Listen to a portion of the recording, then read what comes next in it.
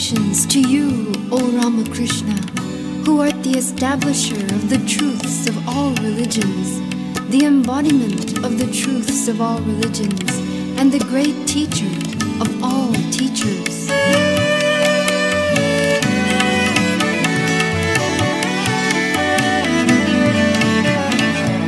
I salute Sri Sharda Devi, the embodiment of all knowledge, who exists in Sri Ramakrishna as the burning power exists in fire.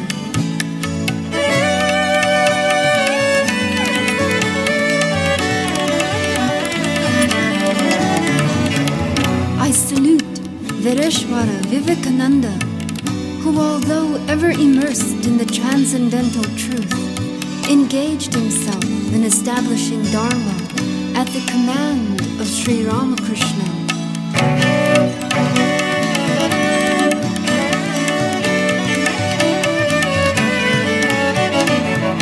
Salutations to you, O Brahmananda, the true teacher and leader of people, who is immersed in divine sport with Sri Krishna on the full-blown lotus flower of the Yamuna River.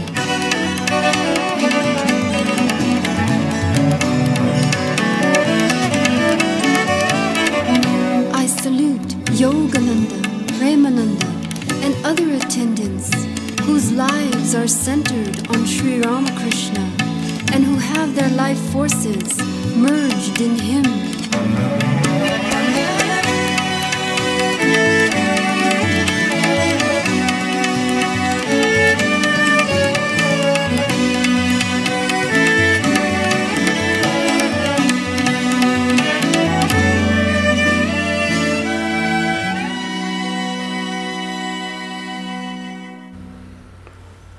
Om Sarvadharmastapakastvam Sarvadharmaswarupakaha Acharyanam Mahacharyo Ramakrishnaya Te Namaha. Om Stapakaya Chatarmasya Sarvadharmaswarupine Avatara Varishtaya Ramakrishnaya Te Namaha. Om Namah Shri Bhagavate Ramakrishnaya Namo Namaha. Om Namah Shri Bhagavate Ramakrishnaya Namo Namaha.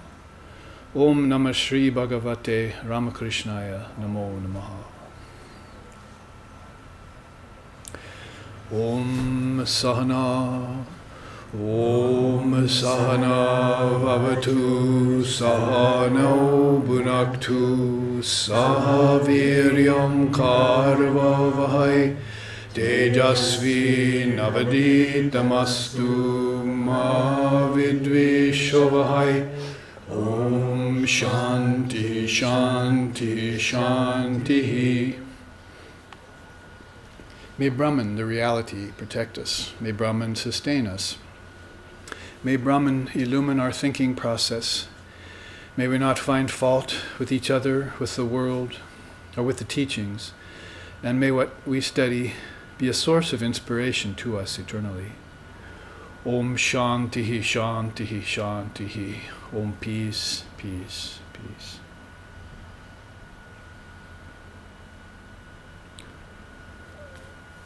Welcome. Nice large gathering here inside the walls of our ashram in Hawaii on the Big Island, a little town called Honoka'a, far, far out in the middle of the Ganga Pacifica. That is our sacred ocean, our sacred water that surrounds us for several thousand miles on all sides. We're surrounded by sagara in Sanskrit. Unfortunately, unless you have the eye to see it, the single eye to see it, it's not the Ananda Sagara we're looking at out our windows, the ocean of bliss. That's reserved for an inner vision only. But for most of us here, I hope for all of us here, and I hope for our whole island and for our whole world, we're at least seeing the Shanti Sagara, the ocean of peace. And definitely not the Samsara Sagara, the ocean of suffering, rounds of birth and death in ignorance of our true nature. And it's that true nature which is the main and capital subject of the Vedanta. And that's what we do inside of this walls. We create a sanctified and holy atmosphere. We hold it with puja, which we did last night. That is sacred ceremony and ritual done in that spirit of oneness, Advaita. And we also gather quite often for satsang, as we did this morning, if many of you were with us. And we also gather for meditation, which we also did this morning. And then we try and serve God in mankind. Yes, it could be said you're serving mankind, but it's better to think of it as serving God in mankind, because only God exists. Only Brahman exists according to the Vedanta. And that's going to be a very high station to reach mentally, intellectually, and beyond intellectually, spiritually. But nevertheless, it's the fact. And Vedanta likes to conclude with that. It likes to say, Vedanta Siddhanta Niruktiresha Brahmaiva Jivaham Sakalam Jagadcha. You know that one yet? Mm-hmm. Akanda Rupa Stiti Reva Moksha Brahmadvitiye Shrutayaha Pramanam. That is the final and certain conclusion of the Vedanta, that all is Brahman. So, how to make thine eye single in order to see that most singular and indivisible Brahman everywhere is the main purpose of what we do inside the walls of this ashram, in all our ashrams in SRV on the West Coast too, by the way, which we'll be attending weekend after next, and you'll be watching us live stream there in San Francisco and in Portland, Oregon. And also at the Wind River Retreat up the Columbia River Gorge, very nice setting on some old Indian land. There will be meeting to discuss and study Zen Buddhism and Advaita Vedanta. I'm calling it White Crane, White Swan. Those are the two symbolic birds of each of those traditions. That's also the title of a book that I'm writing. So we'll see the non-dual aspects of those. Somebody said, oh, you're going to compare Advaita Vedanta to Zen Buddhism. I said, no, not till the very end of the retreat. We're going to take one day and study the Zen Buddhism from its non-duality, and then we'll take one day and study the Advaita Vedanta. Then on the final day of the retreat, we'll put those two side by side, not so much to compare, but to see the points in which they agree. As there's been enough contention between religions, it's about time that we see some of the main understanding between them and focus on that and bring that out. So that also is what we like to do. It's called making connections, or connecting the dots, or following the trail of breadcrumbs back inside of yourself to find those kingdoms of heaven that great beings like Jesus talked about. So they must be there if these great beings who are not only truthful, they're incapable of lying. There's a difference in those two statements. So if a person who's attached to truth says nothing but truth, and they say something like that, then you can pretty much base your spiritual search on those truths. Or if you want to bring it into contemporary times, you can bank on it.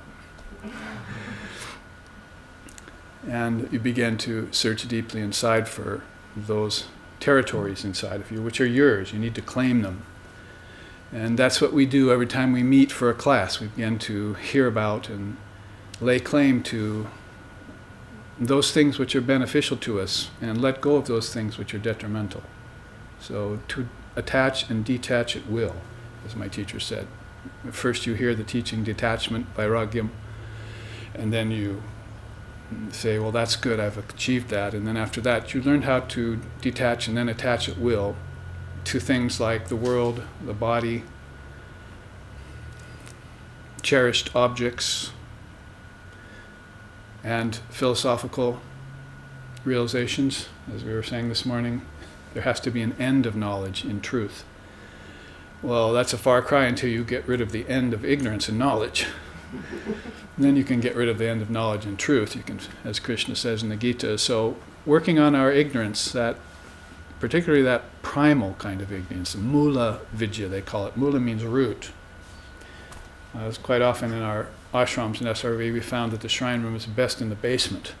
So we either remake a basement or it's already set up for us, and so we call those mula ashrams. You see, the shrine is in the basement, like like at the very foundation, radiating up, like the Muladhara chakra at the base of your spine, has a lot of power in it.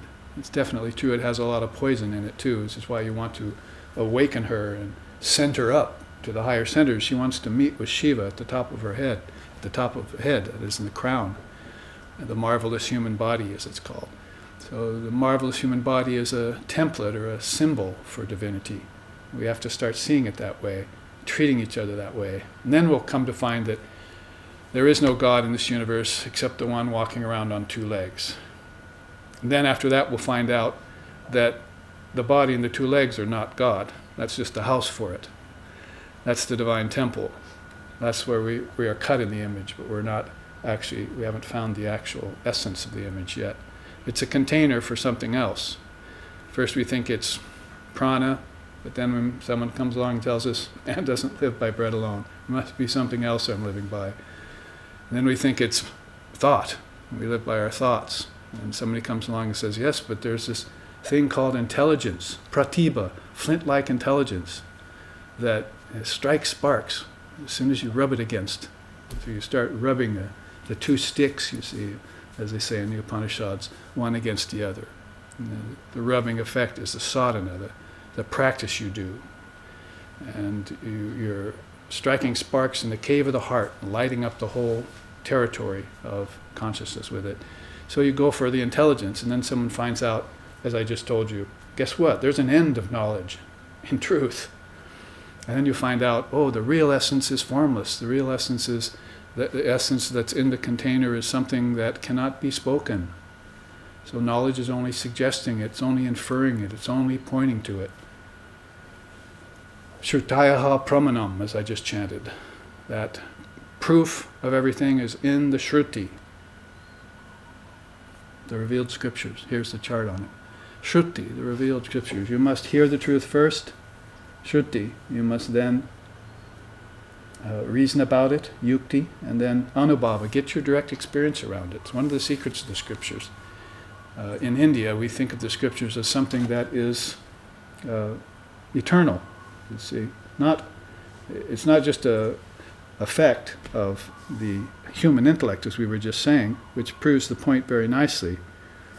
That is, if somebody tells us the truth and God are beyond our own intellects, no matter how sharpened and pointed and refined the intellect may get, then the next thing to say is that Parashaya, the scriptures that reveal this truth, are not just a product of the human intellect. That's just a mechanism along the way. But actually, they might be originating in the seers, in the realized souls. And then someone else comes along and says, well, maybe they really originate from Ishvara, Ishvariya, which is what we're studying today. This is the final class of a series of, I think, 5 classes now, called Advaita of the Avatars. There's 2 Sanskrit words there. The last one is known to us, but I'm not meaning it in the Hollywood sense. Avatar means that which descends, that consciousness that descends into the human form. It makes it God walking around on 2 legs when it's realized. It's there in everyone.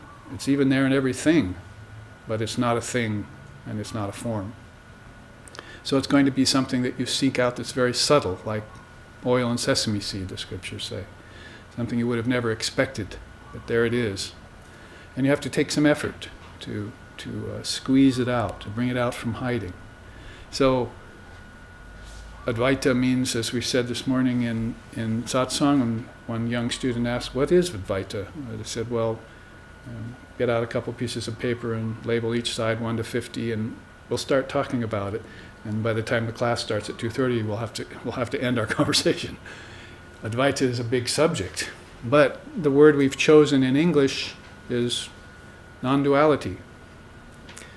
Oneness doesn't quite work in English because we don't want to limit that by saying it's one. It's not 2. It might be closer to the description. Whatever the case may be, Advaita is a good Sanskrit word. Non-duality gives you a sort of taste, a sort of aroma, a sort of feel. I'm talking about subtler senses here, your subtle senses inside of you, for this very broad subject. And in SRV, we tend to look at it as dual, qualified dual, and non-dual. It covers a gamut of perspectives. And it's also found at the base of every religion, not just in Vedanta, and Hinduism and Buddhism and the Indian folds, yoga and so forth. Those definitely proclaim Advaita as their foundation. Even Tantra, with its worship and everything, it's all done like the puja, in a sense of oneness. The altar, there's the mudra for it, you see, that's the deer. Mriga mudra it's called. That altar is inside of me, so the first time, before you even start doing the altar, you usually use this mudra, this hand position, sacred hand position, to say, really my worship, I'm doing it all inside, you see. And that's just an outer symbol. So that's how you avoid idol worship. Sometimes some religions have fallen into great fear about idol worship. Judaism, Christianity had a real problem with it. Muslims had a real problem with it. The Hindus never had a problem with it because they started out saying, that's just a symbol of what's inside of me. And so they stopped the problem at the root. And they entered into the worship saying, I and my Father are one, or thou art that. And this altar is inside my own heart. So I'm just deifying this thing so that I'm certain that it's sanctified. I'm certain it's holy. I'm certain it's sacred. And so Brahman is in the food. Brahman is the one who partakes of the food. Brahman is the nourishing power in the food. Brahman is the act of offering the food to another person. Brahman is the act of offering the food to you. Brahman is the sacred fire that burns the food inside the sacred human body. Brahman is the articles on which the food is placed. There's nowhere I can go that there's not Brahman. You see, everywhere is Brahman. See, there's this rule, you don't point your feet at the altar, see, when you're in a Hindu temple. So I tell my students, if you go into the Hindu shrine and temple, don't sit with your legs out pointed toward the altar just because your knees hurt or something. See, find another way to sit. So I told a person that once, and then it reminded me of this teaching you heard. Well, but Brahmins in everywhere, so where is it that I can point my feet? There's no place I can point my feet because Brahmins everywhere. So, of course, that's a higher understanding, and you forget about all such observances. But that's the point. These sacred observances or rituals are there, and that's why they say you could find the origin to the scriptures are coming from Ishvara, that great avatar, Advaita of the avatar. But the highest knowers of truth tell you, actually, it doesn't come and go. It's of divine origin. Yes, it's there when Ishvara projects itself as the avatar, as the Ram, as the Krishna, as the Buddha, as the Christ, as the Chaitanya, as the Shankara, as the Ramakrishna. There's 7 of them right there in historical line. Those avatars, the non-dual truth was with them when they were born. You see, they brought it with them. Don't leave home without it. You see. So this is what's called a parashaya. It's not parashaya that it's just a product of the human intellect, because then you limit it. You see. And that's why if you think in that way, you start to do a discredit to the scriptures. Pretty soon they become unpopular and people don't believe in them anymore. But in India, they lived so long. If any of you have read the Upanishads, which is sort of the Bibles of Hinduism, you know that if you pick one up and read it, it's 10,000 years old that you're reading, see? And that and you say, well, gee, time didn't tamper with this. Even in English, it went through 2 or 3 different transliterations, you see, and even the translation is still solid.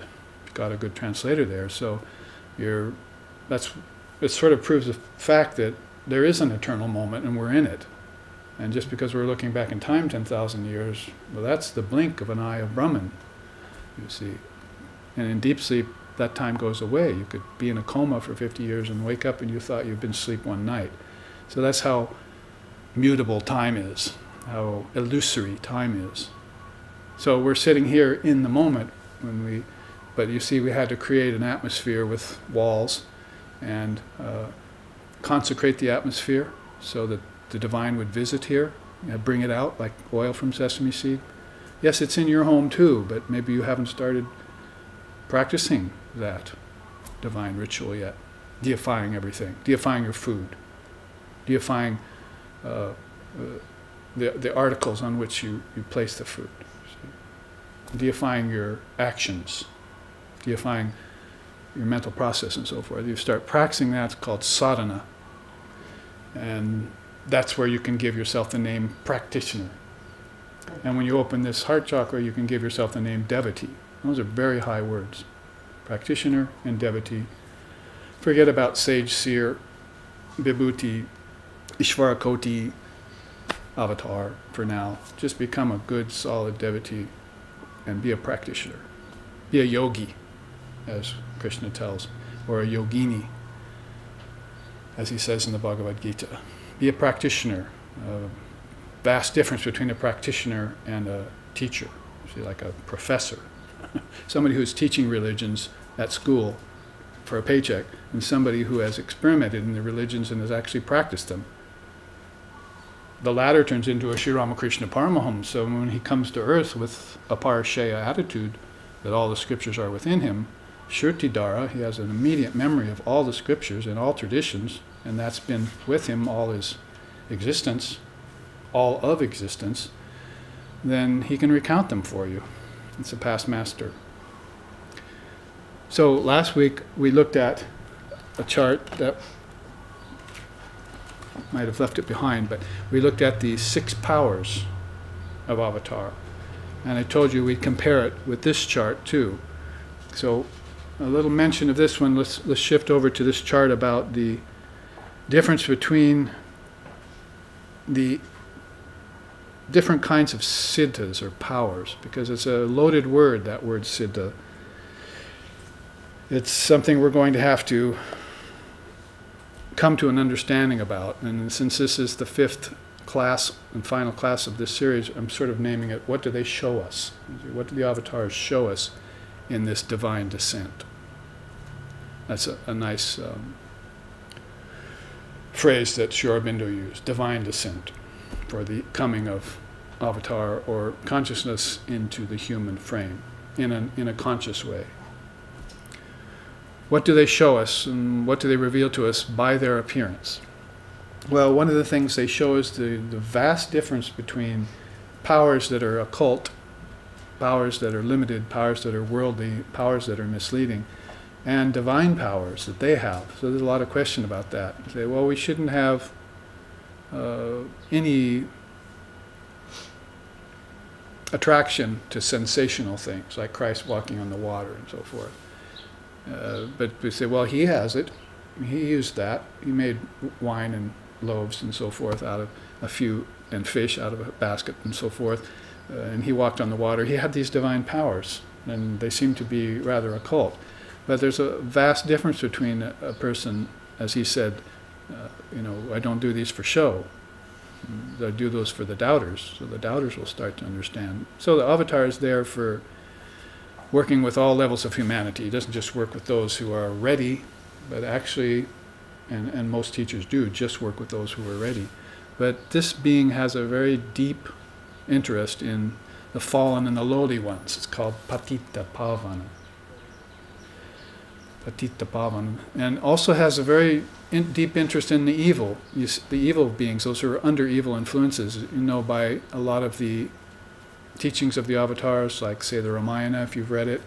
Ram was one of the earliest of avatars. In fact, his birthday was last Saturday, and Hanuman's birthday was on Thursday. So we have these 2 great figures from ancient times, the oldest of Avatar and his follower, Hanuman.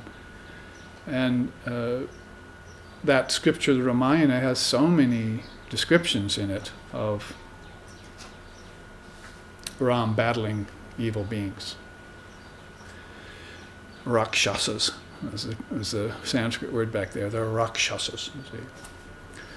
And he went to the forest. He was banned to the forest with his wife Sita, and they had to kill many Rakshasas and chase them out of the forest and so forth, till one of them abducted Sita and took her away, and he had to go looking for her. And that's when Hanuman jumped the ocean from India to Ceylon, and they built a bridge later. Now, the satellite is showing from the air. You see this They think they can see where that bridge was. I thought it was just a mythological thing. And now you can actually go up online and see the pylons of this old bridge that were stretched from Indian subcontinent to Ceylon. That's what they say anyway. We hope it isn't a hoax. It's actually a real photograph. So that whole epic, Ram was battling Rakshasas, evil beings. But the thing about it is, it isn't just your ordinary battle where there's a victor and a loser. Everyone wins. In the case of the Avatar, if the Avatar kills you, you become his energy. He takes your energy. So actually Ravana, the great evil in the Ramayana, knew that if he was killed by Ram, he would transcend his evil. He knew there was no other way he could. He would stay an evil person for many lifetimes. There was only one way out of that. So he had a sort of second sight, you see. He was thinking, I'm evil, I'll never get out of it. But I could get out of it if Ram kills me.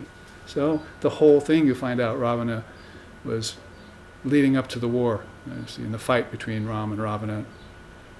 And he would get dispatched by this great Avatar, and then he would be freed. In the Divine Mother scriptures, you find the same thing. The Devi, Srimad Devi Bhagavatam and so forth. Every evil being she kills on the battlefield, which is a mass of them that come at her to try and win battle with her, she dispatches them with her weapons.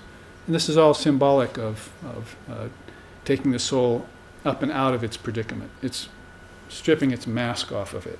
You see, the mask of evil, the mask of vice, and so forth. Resist not evil kind of idea. So that is a penchant of the Avatar. My point is, it works with all levels of humanity. And so if you look at the Avatar's relationship with power, Shakti, they call it in our tradition. I was mentioning it this morning. Shakti is a Divine Mother power. And the Upanishads call her like a spider, you see. The web is prana, going out everywhere. And if a blade of grass grows, or a cow dies, or anything happens anywhere in the creation, it's just like it moves a little bit of that prana, and that prana is a web stretching back to her, and she's the spider on it. She knows every little thing by that vibration. And prana is like vibration. I used to use the analogy of a lake, see, and you're sitting there with your big toe in it. That's all that's in it. You're right on the banks. It's a placid lake. And you just have your big toe in it, you see. You're sitting there meditating. Somebody a couple miles across the lake drops a stone in there, and the waves start heading towards you. See? And they're big waves at first, and they're small waves, and then they're minute, and then they finally just turn into this very, very, very small impetus of waves, almost underneath the water, like a hidden tidal wave. We know that all too well. Then all of a sudden, you feel this little touch against your big toe. And somebody somewhere moved, some action happened. Well, that is how everything is connected by the prana. There's another story. Ramakrishna took his beloved disciple to the lake. They call it a tank in India, this ghat. They call it a ghat. Took it to this ghat, and see, there's this beautiful expanse of water, but this kind of hyacinth-like plant had grown over the whole thing, covered the whole thing. And Sri Ramakrishna said, watch this. And he reached down and just grabbed one tendril of that hyacinth plant and pulled it, and for about a quarter of a mile across the ghat, the whole plant moved towards him. And he turned to the disciple and with pregnant words said, just like that, everything is connected under the surface. That's prana. Everything lives by this very subtle energy. So you don't have to go to parties anymore where people have a slight interest in things esoteric and say, oh, everything's connected by something we don't know. They've outlined that long ago. They knew what it was, and they know how it works.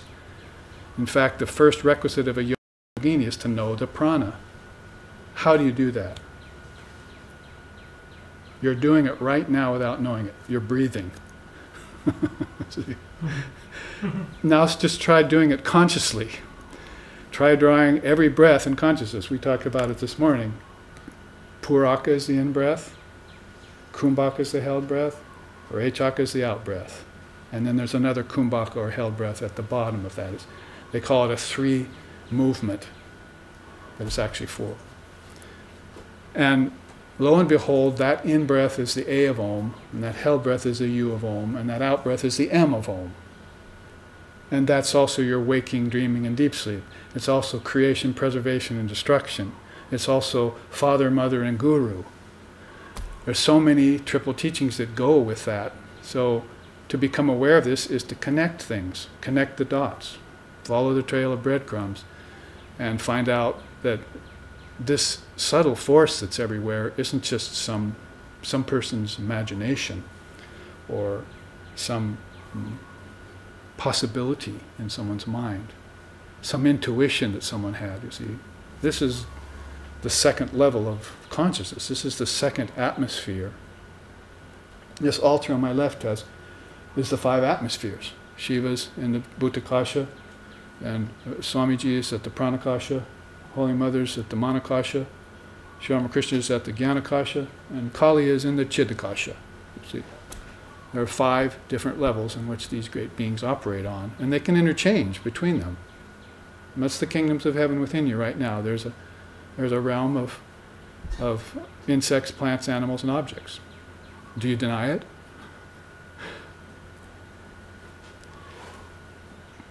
Well, you can just as easily affirm that there's also an inner atmosphere or akasha made of life force, made of energy, made of vital force from food. It operates your breathing apparatus. It causes you to see, to hear, to feel, to touch, to smell. Your 5 senses aren't just fleshy orbs or flaps, you see. They actually have powers in them, right? Well, that power isn't physical. That power is pranic.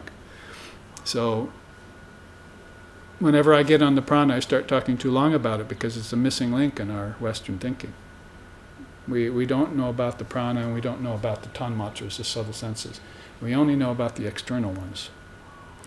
So to make that bridge, then, you jump to real power. And now you're starting to talk about a kind of power that is a mental power, the kind of power that forges universes in space and time, the kind of power that can level mountains, Ram Prasad says in one of his songs.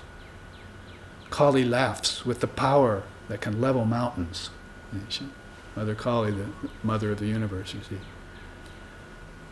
Her wisdom laughter is like thunder, can level mountains. So great thinkers, great lovers of reality, they've been thinking about this Shakti power inside of them. So that web is the prana, and that person on it is the Shakti, that divine personage. She's overseeing everything. She knows everything that happens. So if you want to know what omniscience means, look into that teaching, because there's also 3 Oms in our tradition, aren't there? Omniscience, omnipresence, and omnipotence. There are also AUMs in our tradition, in English, and one of them is omnipresence, you see, and one of them is omniscience. So the omniscience of everything is that power that's vested in Mother.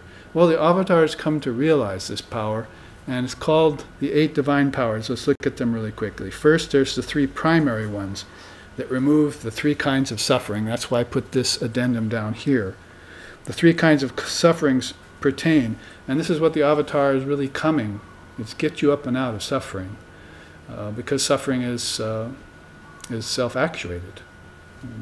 You cause yourself to suffer with your relationships with others, with your relationship with objects. Other people can cause you to suffering, but you'll find out you have a karma with them, so it's an even exchange. If you blame your parents for all your problems, your upbringing, and you look back in a lifetime before that, you'll probably find out you had some karma with those parents. And even if you didn't, you chose those parents. Do your parents choose you? Did you ever hear your mother or father said, I chose you out of the ethers, you see? You probably just heard them say, you came through some mechanism we know nothing about. In fact, they know nothing about prana. Prana is of this realm. 3rd chakra, Manipura, ancestors, fetus, food being eaten and digested. It's right here. This is a very powerful exchange of souls. The unillumined souls go out of this chakra when they die and come back in. Unillumined means the ancestors.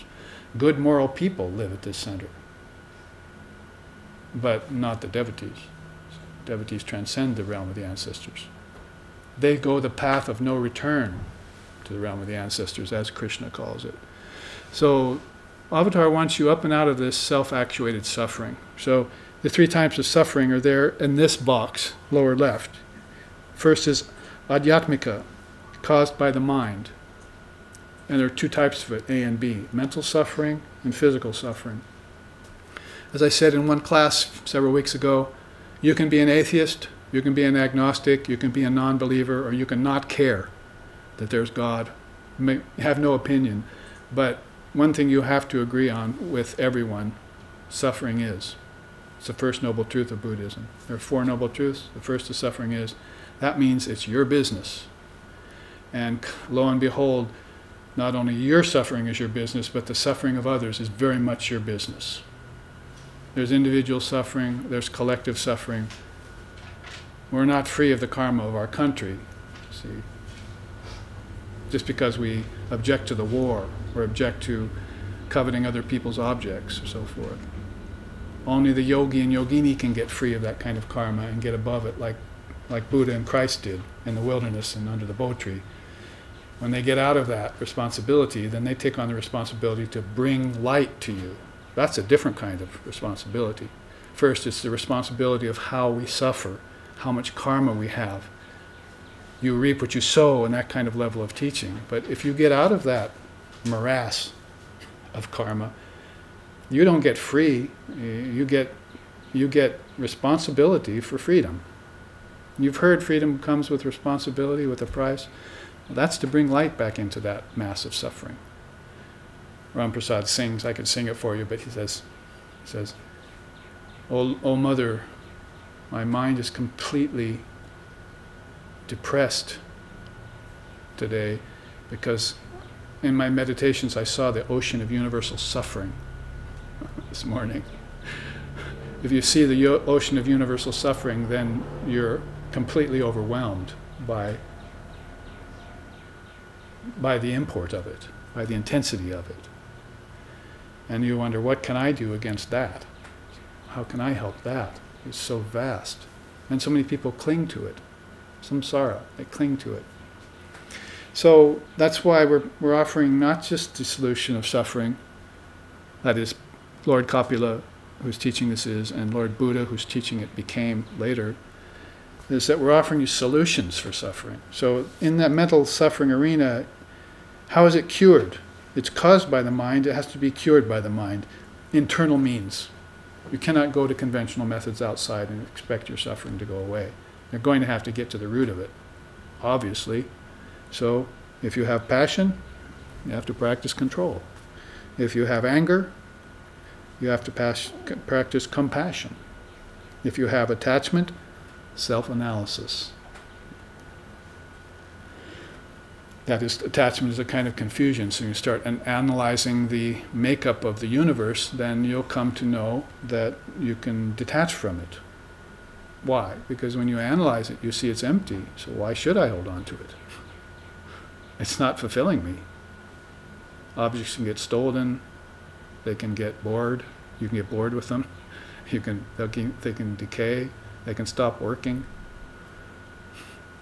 You can lose them. So they're a source of my suffering, so I should detach from them.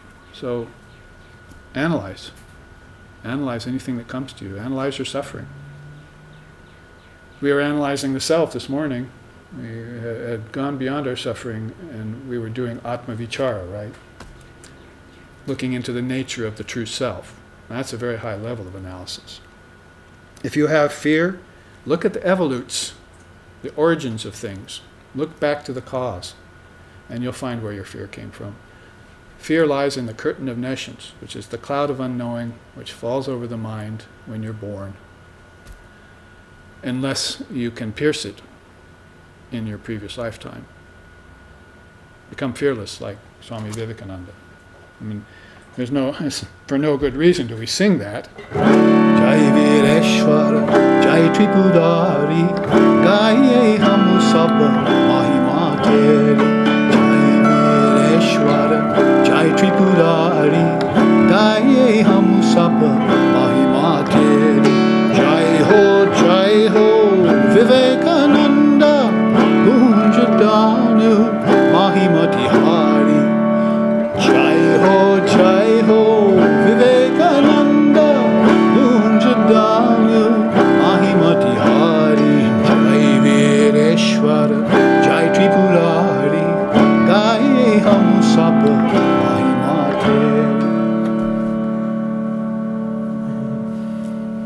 not for no good reason that we sing that it was written by a living Swami in India who taught it to me about Swami Vivekananda. He was fearless. He says, we shall crush the stars to atoms, we shall unhinge the universe in space and time. Don't you know who we are? We are the children of the Advaitic avatar, who is the son of Mother Kali.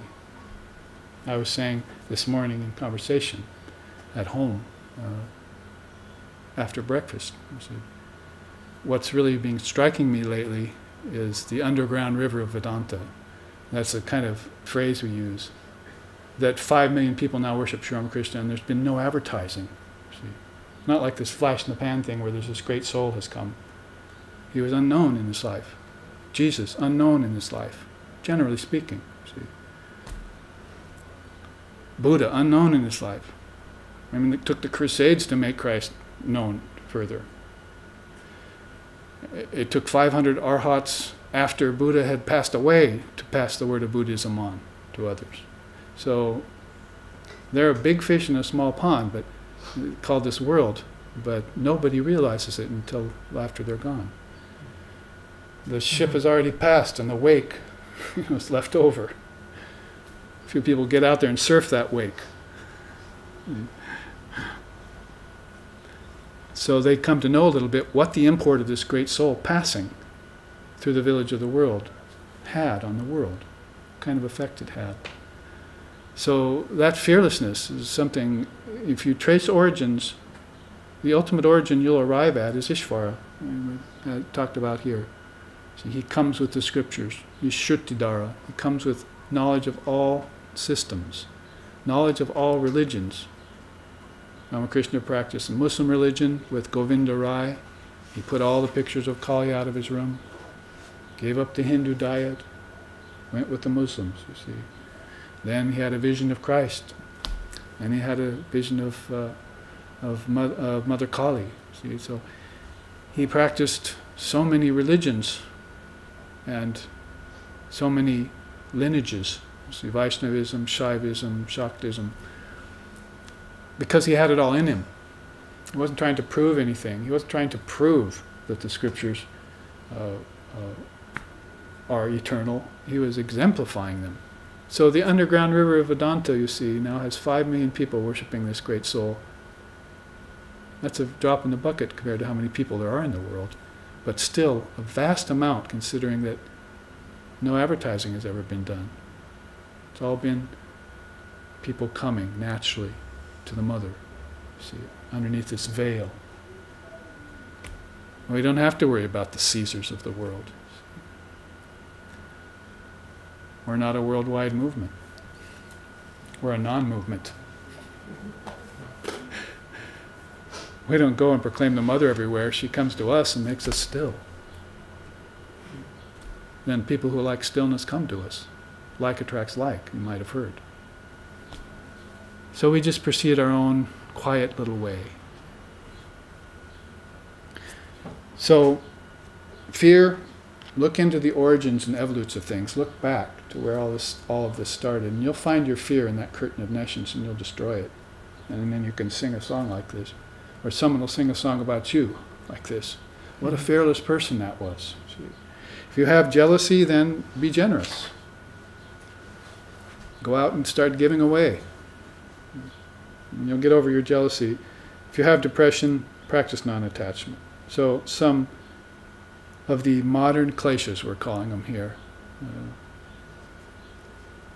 modern obstacles and their solutions. Part B of that teaching is physical suffering.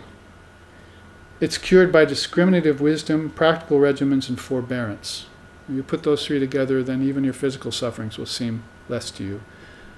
Father Yoga Vishishta, Lord Vishishta, says a person who's being stabbed by many swords, who has that kind of combination, feels like gentle fingers are massaging him all over his body. Spears are going through him. That's lovely. See? He's that far above his suffering. Speaking of above suffering, Sri Ramakrishna had cancer of the throat when he passed away. And Somebody asked him, doesn't it hurt? And he said, only when I talk to you. Then I come down to the body. As soon as you go away, my mind goes back to Kali, where I've trained it to go. And I don't feel this anymore. You might have had the experience in a lesser degree yourself. Toothache goes away when you start reading. And all of a sudden you remember, oh, I have a toothache, because you stopped reading. So the mind has a marvelous power to transcend even physical suffering. So there's the triple solution, they would say, for physical suffering if you're suffering it. Of course, that physical suffering has its origin, because you were looking into origins, right, in the mind. All diseases come from the mind. I have a couple students who are healers, and they like to hear that teaching very much. It all comes from the mind. And basically because of rebirth. Rebirth is the first disease in my tradition. No birth, no suffering, see. No body, no suffering. No head, no headache kind of psychology. So, but tracing origins is going to be very interesting in that case, because you can go back to a place where you were bodiless.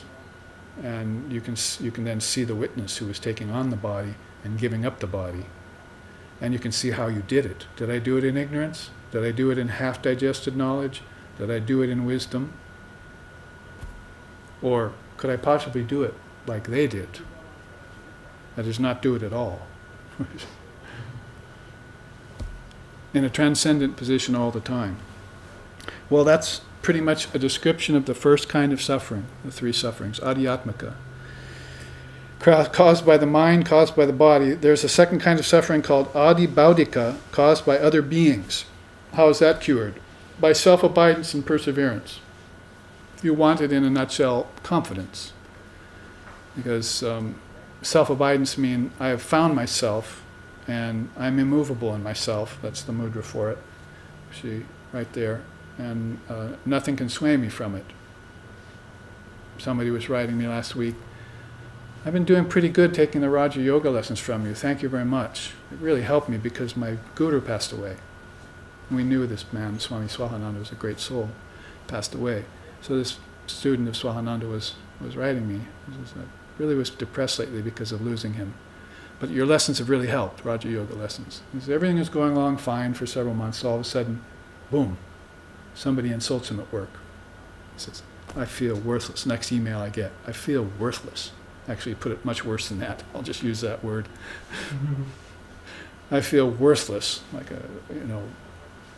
there's no meaning to life. And I wrote him back and I said, you fell out of yoga.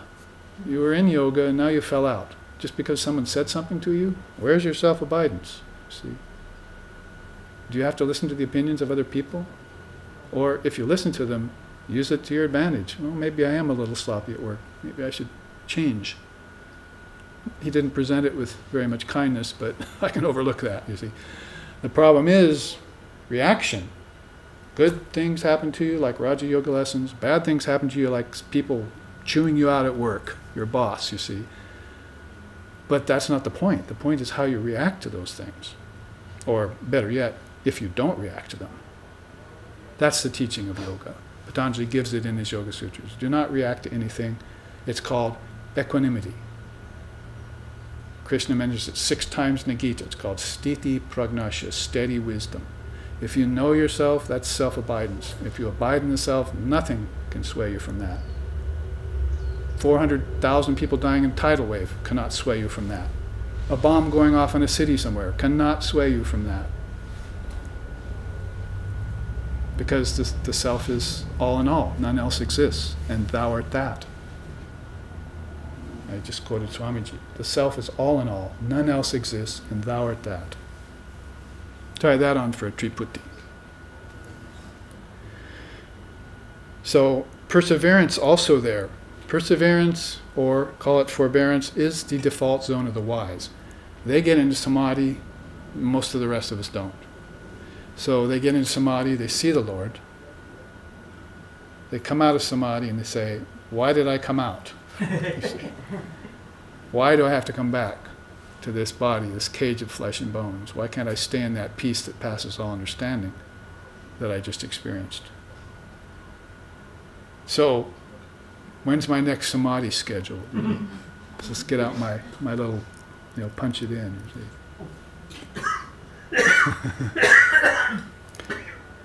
I say mudras like that. You see, I'm giving you mudras and so forth. The mudras of people being born in the next lifetime are going to be this. They're going to come out of the womb like that, you see, or like this. There are new mudras being created all the time. So the abidance, self-abidance, and when it's difficult to abide in the self, then forbearance. I'm calling it here forbearance, you see, or perseverance. So be able to rest in that, in non-reactive state. Asamvedana. It's a nice Sanskrit word. Asamvedana. It's awesome. Be able to rest in that and not sway. I say if you have to sway, then be like a bamboo. You see, it bends in the wind, but it never snaps. Be flexible, but try and be still inside of yourself. The third type of suffering is adidaivaka, that is caused by natural forces. It's cured by transcendence and spiritual practices. That is, if the flood is coming, or if the Armageddon is coming, or if it came and I survived, or whatever the case may be, there are many natural occurrences coming. Call them acts of God if you want. I wouldn't, because God doesn't act. But nevertheless, as a turn of phrase, you can say, nature sometimes rises up in its insentient way and causes a lot of suffering for people. As we found out working in the garden yesterday with my young nephew here, who's attending class, nature takes over everything. He was pulling up tarps, and the runners, the weeds had just become part of the tarp, you see. So I said, teach those weeds non-attachment. So he was like pulling them off the tarp. It took him forever, you see. These vines had become one with this tarp that was supposed to keep them down, you see. And it was a year ago I had put them there, and he was tearing them up, you see. Teach those vines non-attachment. So it's like the mind. There's a beautiful song in our tradition that says, "Oh, Mother of the Universe, my mind is a jungle. If I could just clear 1 acre, I'd be happy. And if I did clear 1 acre, I'd build a temple to you and worship in it, and then I'll clear the rest of the jungle later." So if I just get this one place to go to that's peace, right? Peace, then I can go there any time, and I may have to lay a few tarps down around the periphery of that temple so that the jungle doesn't creep in. But then at some time I can take a machete when I'm stronger, and I can go out there and carve out a kingdom for myself. See? Keep back the weeds of Maya. So the cure for natural forces, and it's a good one, is to transcend them. You want to get beyond nature. It's called koivalya. We were talking about it this morning. Koivalya means in yoga isolation from form. Buddha did it, Christ did it, great souls have done it. Isolation from form. And it's not so ascetic as it sounds. It's that you're not coming under the auspices of form anymore. In fact, there's another beautiful song they sing about Ramakrishna. One of the lines goes, "That great being whom nature could not form." So he took a form, a body. They say when he walked, it's like it wasn't quite touching the earth. You see, because he was so subtle and so gentle, so buoyant a spirit. He couldn't button a shirt or close a door. Everything was wide open to him. So this buoyancy, the spiritual buoyancy, is the mind causes it. Enlightened mind causes everything else to be filled with light, and everything else is divine. So you see divinity everywhere. So that kind of transcendence, koivalya, isolation from form, he had attained. They called it nirvikalpa samadhi. Not many of his disciples had it. Only Holy Mother had it, Swamiji had it, Sri Ramakrishna had it, maybe a few others. They all had samadhi, but not of that kind. Nirvikalpa samadhi was a very rare thing to attain. Most people do not come back from it to inhabit the body again. The ordinary being, if you would call it that. once you attain samadhi, it wouldn't be ordinary anymore. But if an ordinary being had nirvikalpa samadhi, then like a leaf, a blown off leaf in a gale, Ramakrishna said, that's how the soul feels. It's not coming back anywhere, it's gone. You can't even find it. There's another song in our tradition that says, a soul like that, yama, karma, go looking for a soul like that, but they can't find him. So Yama looks in his book of records. He was born, well, I don't know where he is anymore. You see. He has a record of birth here, the Lord of Death says, Yama. He says, but he disappeared, I can't find him. He reached the deathless state. And Karma went looking for him too. The god of Karma come up to Yama and said, I can find him. Everyone leaves a karmic trail. But this man's name was Asheshananda. See? It doesn't leave a residue. My teacher's Asheshananda, the bliss of having no residue at the end of his life. Didn't leave a trace. It was like a bird flying through a sky. You look over there, no trace. See? Or a Roshi, or a martial artist like you, see, walking over rice paper. It doesn't leave a wrinkle. Can you do that, by the way? Still? Probably can. So you don't leave a trace of yourself. No karma. So karma went looking for him, couldn't find him. See? That's that kind of soul. Well, those are the first three of these 8 great accomplishments. You can see how if we assign them to the avatar, we begin to understand a great soul like that more. We need to understand these souls. We don't have them in the West. We've had a few Meister Eckharts, in Europe, and a few saints in the Catholic tradition and so forth.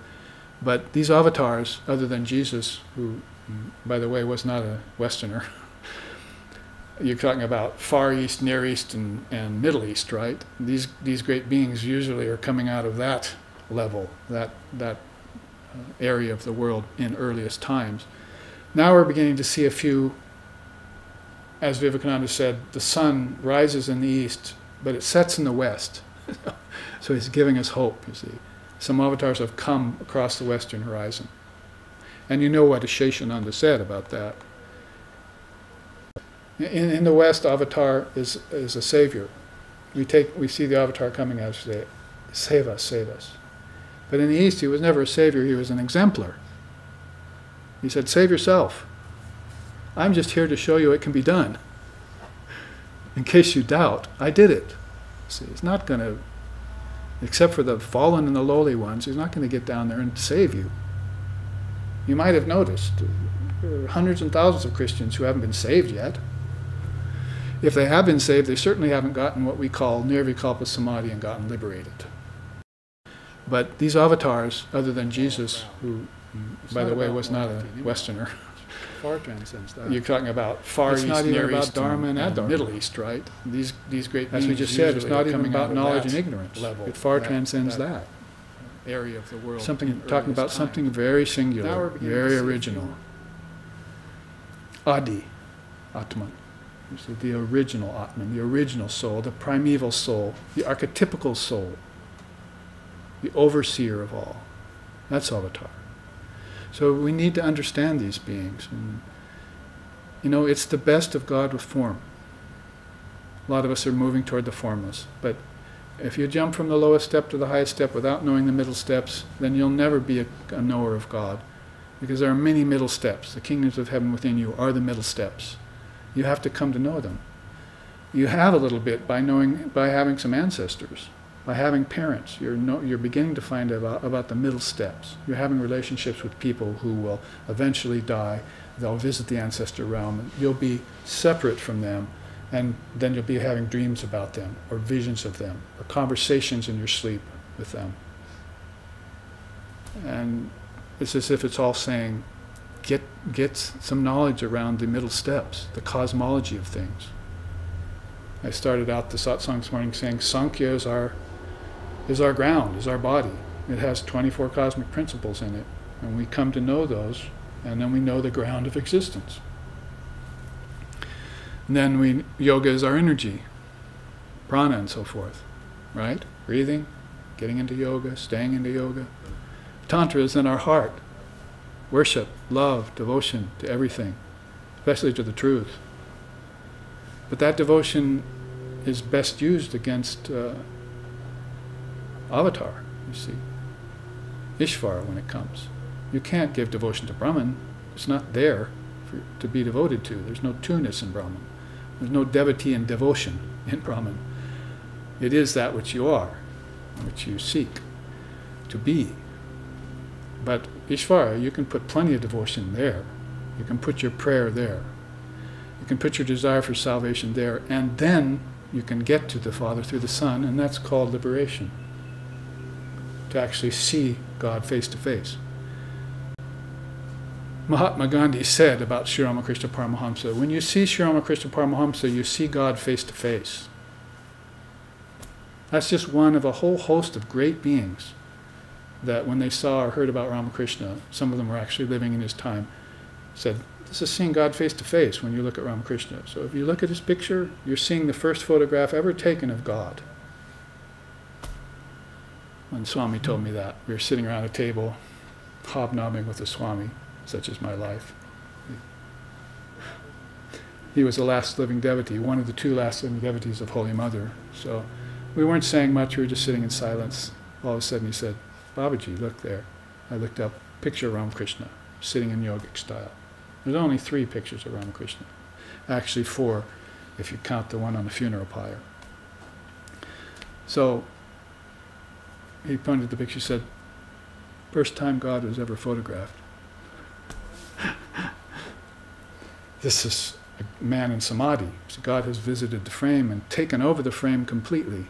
There's no more Ramakrishna left. Or he was named Gadadhar. Now he had to take the name Ramakrishna because that's the name of the first 2 avatars, Rama and Krishna. We don't know who gave him that name, but we can certainly figure out why he was given that name. And that's probably more important. It's the only time when why is more important than who. So you can see then, if you're asking about powers, if you're interested in powers, then the avatar says, I will give you the first three primary powers, the ability to overcome suffering. You say, you're taken off guard. Because I thought powers were this: the power of invisibility, the power of weightlessness, right? Levitation. The power of all expansiveness, where I can go anywhere, do anything I want. The power to fulfill my own desires. The power to glorify myself and to put myself above others. The power of dominion, domination, where I can go to other countries and meet foreign peoples and kill them and put them under my domination, you see. The power of attraction. I make myself all attracting to people, to others. And the power of enjoyment. Those are called the 8 occult powers. The quotes below there are by, at the bottom here, are by Sri Ramakrishna and Sri Krishna, the 2 bookends. 2 bookend avatars at this age we're living in, you see. You've got Rama and Krishna, and then you've got Ramakrishna. The age is closing, you see. In fact, Holy Mother has on one of these charts, Satya Yuga began again when Ramakrishna was born. The age of truth began again. So we could say Kali Yuga stopped when Kali came.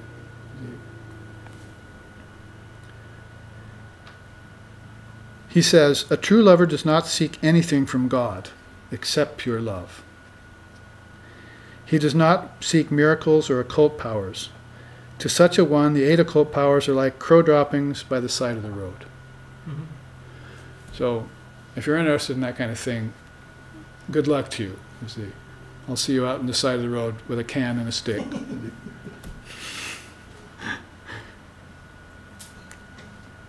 Sri Krishna says, you will not succeed in realizing God if you possess even one of the 8 occult powers. So I've told you the story about Sri Ramakrishna having these occult powers. Christ had them. It's not like they don't come to you. When you start meditating, they come to you.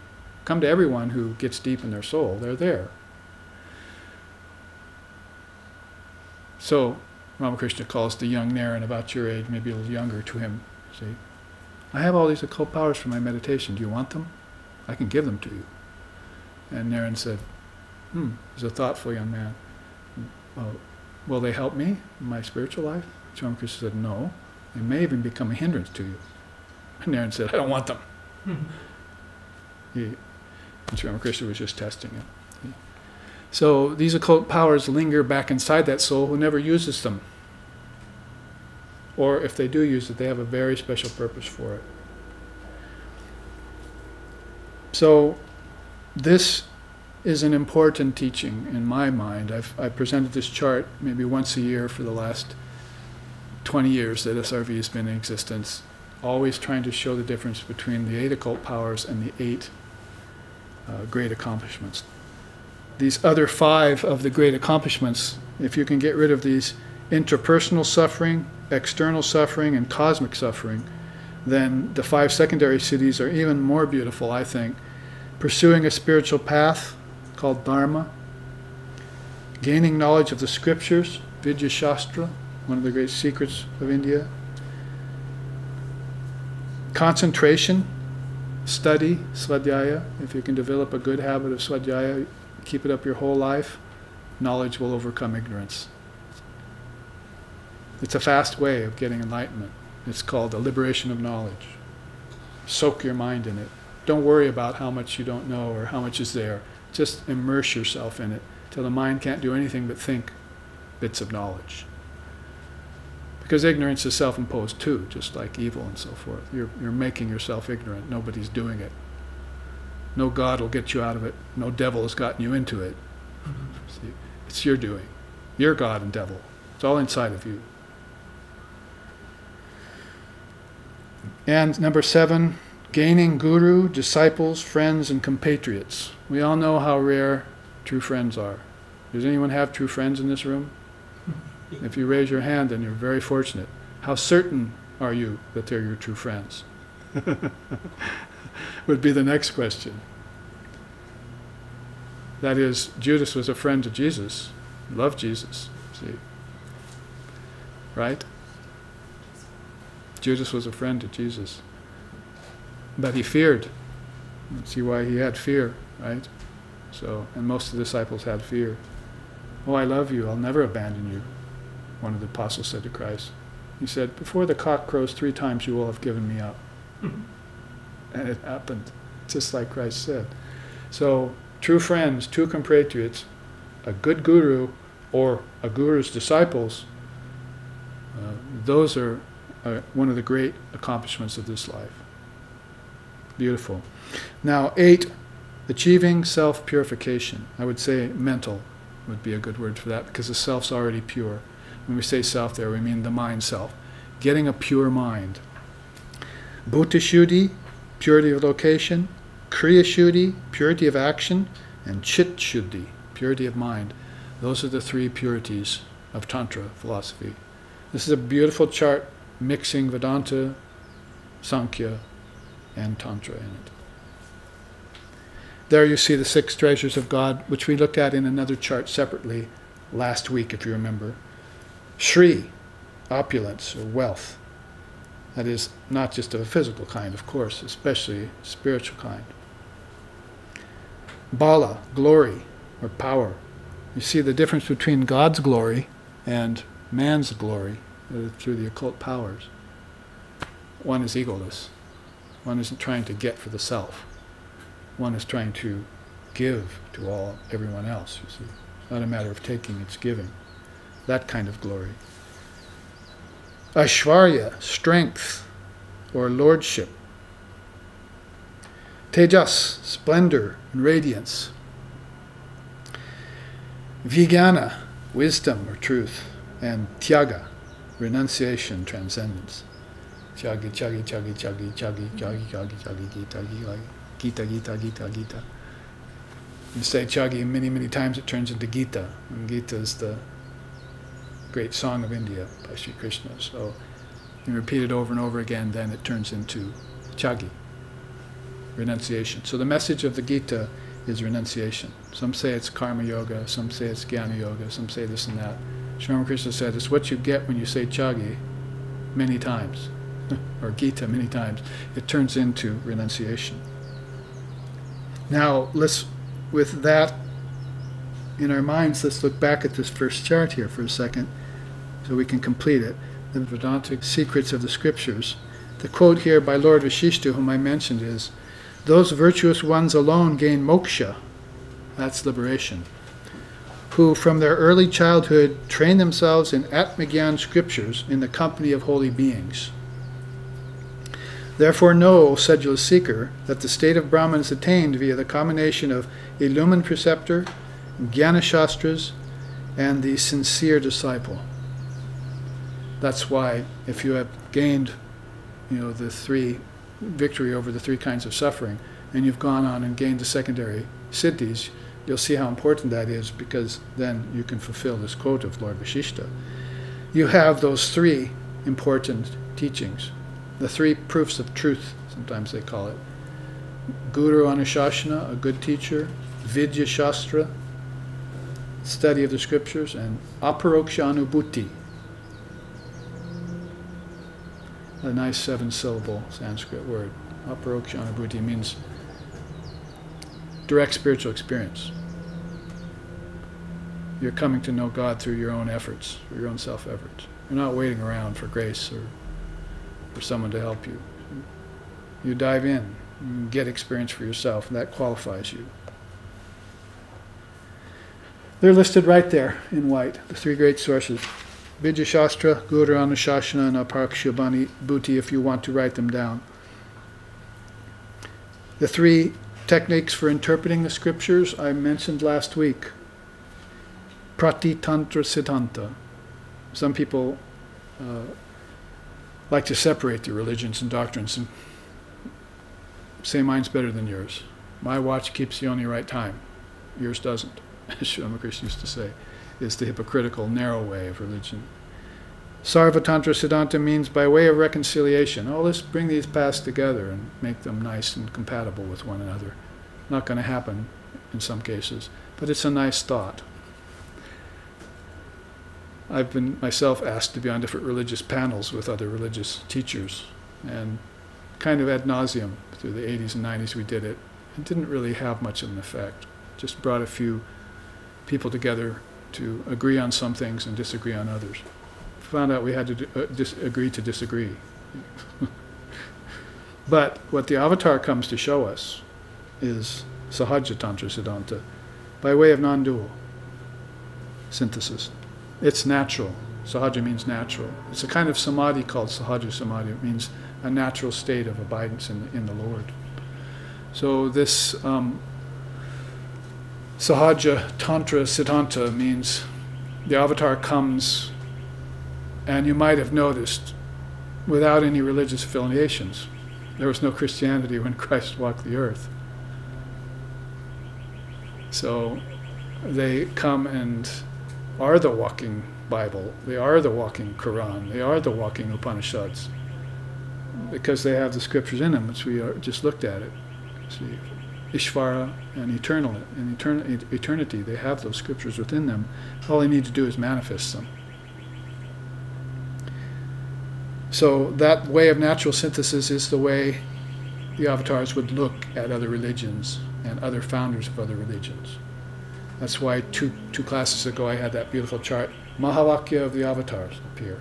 And we looked at all the different religions, Moses, what he said, Christ, what he said, Muhammad, what he said, and so forth. We saw they all had this overall agreement about non-dual reality in their scriptures. Whether those scriptures were the Old Testament or the New Testament or the Quran or the Upanishads, you can find those grounds for agreement. We looked at the four views, origin of the scriptures. You should know there are two types of knowledge, Paravid and Aparavid. Paravidya is spiritual and revelatory, and Aparavidya is religious, secular, and intellectual. We separate the religious from the spiritual because the religious quite often falls into the conventional set and doesn't really live up to its task of enlightening the soul. It's happened in India, it's happened here in the West. that the priestcraft has lowered the ideal and kept the truth from the people, or made it a matter of what Vivekananda called religious shopkeeping. Sanctimonious shopkeeping, I think, probably be more accurate. But there is this thing called parvid. It's revelatory, which is why you want to look for those revealed scriptures and maybe leave aside the dualistic scriptures, the fundamentalist scriptures. If you go into the fundamentalist scriptures, you should be an ant, Ramakrishna said. An ant takes a combination of sand and sugar and just takes the sugar grains and leaves a pile of sand afterwards. So if you go into those scriptures that are a combination of revelatory and conventional, then you should have that ability to discriminate between them. Final, at the bottom of the chart here, we have two different ways of saying the same thing that happened in two different periods of India's religious life. One's called the three potent practices: Shravana, Manana, and Nididhyasana. Shravana means hear the truth. Manana means once I've heard it, I have to roll it around in my mind. How long? For a long, long time, Shankara says in the scripture. I was saying this morning, when people come, take the Vedanta for 6 months, accept me as their teacher, then I can't catch a sight of them anymore. See? What happened to them? Well, it wasn't my path. What do you mean? Vedanta isn't a path. It makes your path better. You need to stay with the teachings for 10, 20, 30, 40 years. You have stayed with your wife or husband for 10, 20, 30, 40 years and you don't even know them yet. Most likely. I mean, this is where getting true friends and true compatriots and true disciples and true gurus comes from. Perseverance, right? You wait it out. You look at it. You inspect it. You're there for the entire duration. You're a participant in it. You're not a bond slave to nature or to the various things of Maya. It's perseverance again. That's the solution for things. So you can't know a teacher or a teaching as vast as Vedanta, particularly in just 6 months. So stick with it, stay with it. Contemplate it for a long time, and then you'll get realization, Nididhyasana. So that's Shravana, Manana, Nididhyasana, and it's what I was mentioning this morning. Then somebody said, is that it after Nididhyasana? You know, you just realize the transcendent truth and you're gone and gone forever? He said, no, there's something called Satchatkara, manifesting it again, bringing it all back around full cycle and manifesting it. And that's what you see in Vivekananda, is the messenger of the avatar in this day and age. That's what you see in him. He wanted to bring it out of books and temples and into life and manifest the Vedanta here and now. The beautiful thing about him. On the other side, it's really the same system, but has a little different way of saying it. Shruti, hearing the truth. Yukti, reasoning about the truth. Anubhava, experiencing the truth. Another way of saying it, and a little different wordage, as you could say.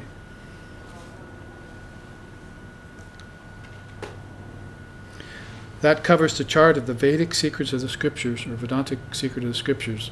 I'll leave it up for you at the break, and we'll also show it to the live streaming audience afterwards.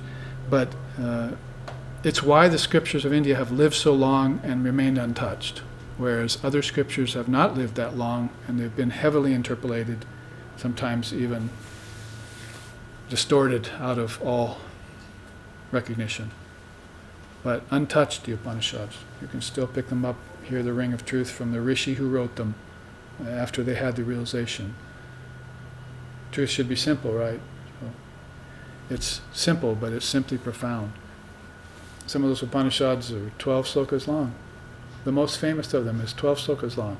Imagine that. You can read it in 5 minutes. It's called the Mandukya Upanishad. And it's impressed the most amount of people with the non-dual philosophy. It's all about the word Om. Everything here is Om. Everything that was before is Om. And everything that will come is nothing other than Om. That's its first sloka. See? It's all the word. If you look at that from the standpoint of the original Aparashaya scripture, or if you look at it from the standpoint of science, pretty much saying the same thing. It's all vibration. It's just that there are different levels of vibration. Time is a layer cake. It's not a linear line. Everything exists on top of each other.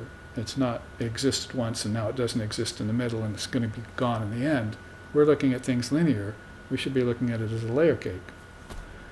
Kali Yuga is the first, you see.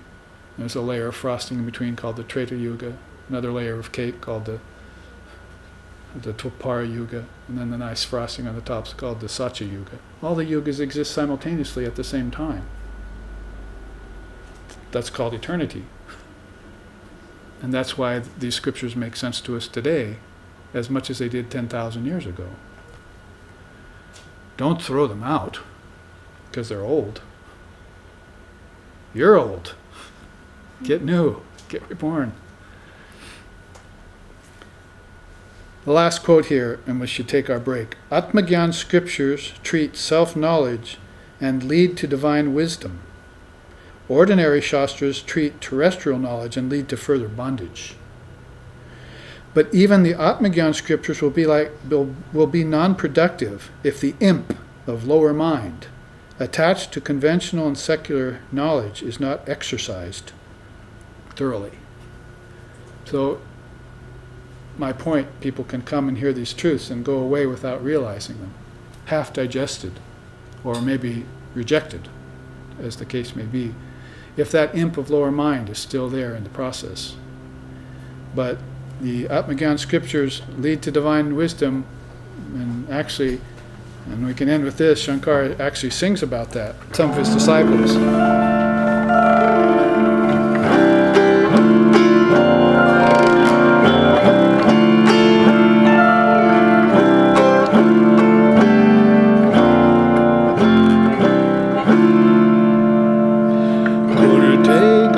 Sagara gamanam vata parifaganam matavadanam jnana vihina sarvamatena muktim navajati janma shashena Bhaja Govindam Bhaja Govindam Mudamate Samprapte Sanihite Kale Nahi Nahi Rakshati Tukrin Karne Bhaja Govindam.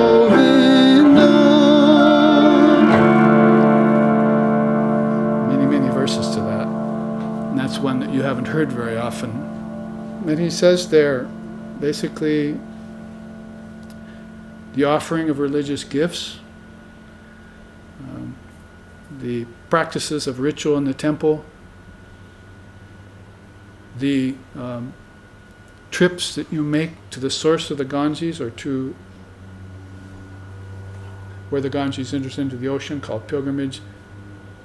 None of those do you any good unless you have self-knowledge. That's basically what he's saying there. Self-knowledge will turn everything into a matter of realization. Without it, all those very same things turn into Maya. It's a magical alchemy of the human mind to be able to do that. So let's leave you with that little bit of musical wisdom and return after our break to look at some more, to finish up this class on Advaita, the avatars. And we will show you these charts for the live streaming while we're on our break. Aloha, namaste.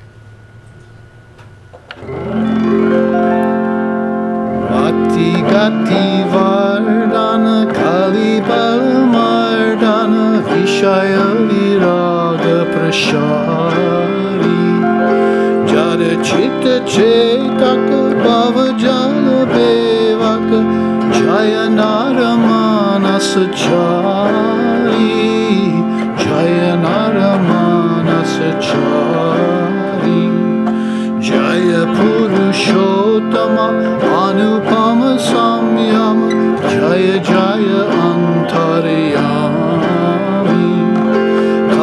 Avatar Sadhana Naraduta Varana Jaya Rama Krishna Namami Jaya Rama Krishna Namami Jaya Rama Krishna Namami Jaya Rama Krishna Namami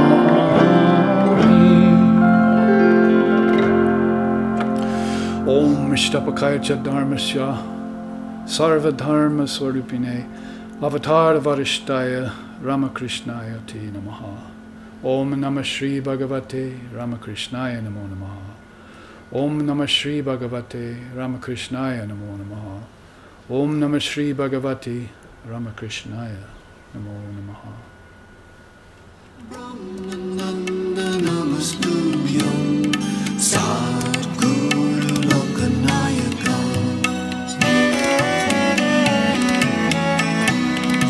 Yogananda Premananda Stanye Vaye Cha Parshada Rama Krishna Gata Prana Sarvam Tam Pranamamyaham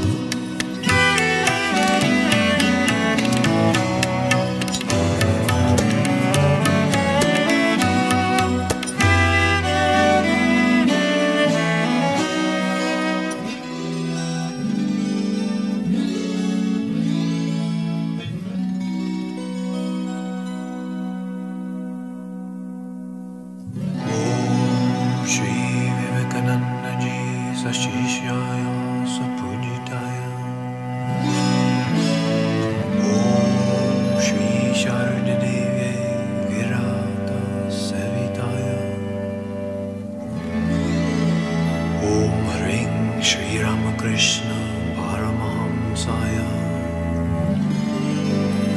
Avatar Varishtaya Te